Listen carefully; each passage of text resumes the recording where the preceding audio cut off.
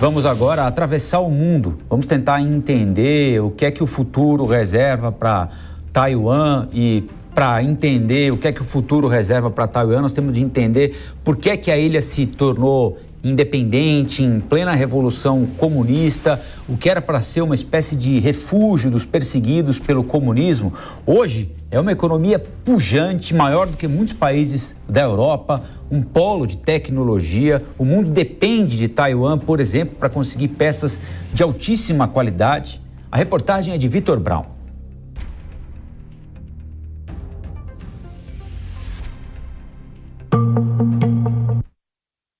Existem duas Chinas: a República Popular da China, cuja capital é Pequim, e a República da China, criada há quase 75 anos por dissidentes da Revolução.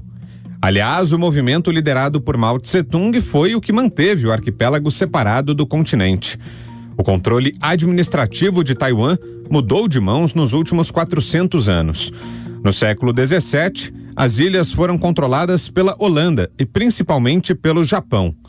Tóquio perdeu poder pelas terras quando derrotado na Segunda Guerra. Na China continental, o vácuo de poder deixado pelo invasor que bateu em retirada foi disputado entre comunistas e nacionalistas. As tropas de Mao Tse-tung venceram. A oposição, perseguida, se refugiou em Taiwan. 2 milhões de chineses seguiram o mesmo caminho na época. Essa é a raiz das 7 décadas de separação.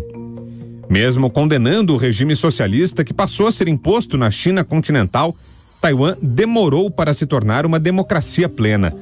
Entre 1948 e 1987, o governo local manteve lei marcial.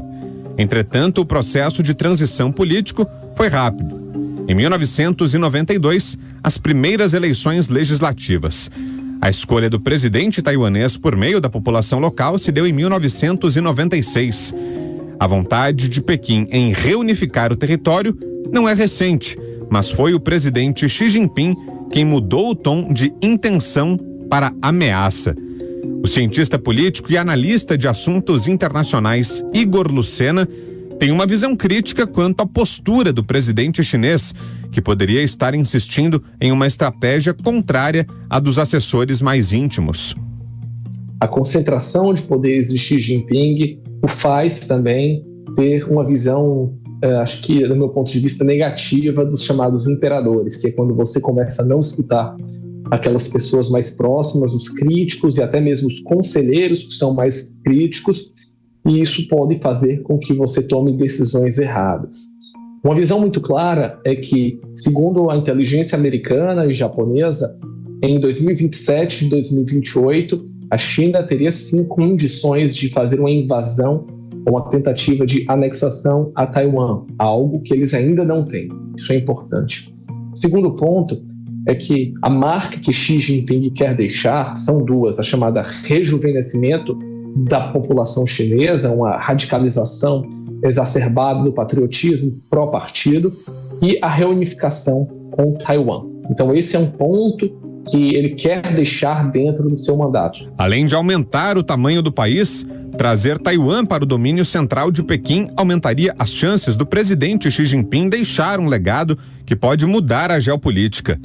Porém, trata-se de um movimento arriscado, que pode dar mais errado do que certo, especialmente se tratando da economia.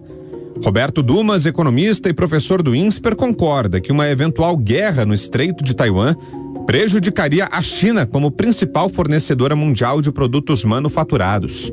A importância de Taiwan reflete nitidamente também na importância da China como um polo exportador e de fornecimento de equipamentos, eventualmente quase de última linha. Então, uma guerra poderia prejudicar muito o comércio internacional, não entre China e Taiwan apenas, mas entre China e o mundo, porque teríamos novamente um choque de oferta, onde a China não conseguiria prover os equipamentos tão necessários que a gente usa, principalmente equipamento eletrônico, que tanto Taiwan quanto a Coreia do Sul fornece os insumos, os inputs, não a matéria-prima, mas os insumos, como principalmente os semicondutores. Então, uma guerra seria, assim, bem en passant, terrível para o comércio internacional, porque praticamente você tiraria a China como principal exportadora do mundo, e o mundo ainda depende da China e dos equipamentos eletrônicos que ela monta em seu território. Entre os anos de 2008 e 2016, duas bem-sucedidas transições de poder que reforçaram o caráter democrático de Taiwan. A estabilidade política guiou o crescimento econômico. A ilha se tornou um centro de tecnologia de ponta, investiu no desenvolvimento de microprocessadores e se tornou o maior produtor de uma peça essencial para a quarta revolução industrial.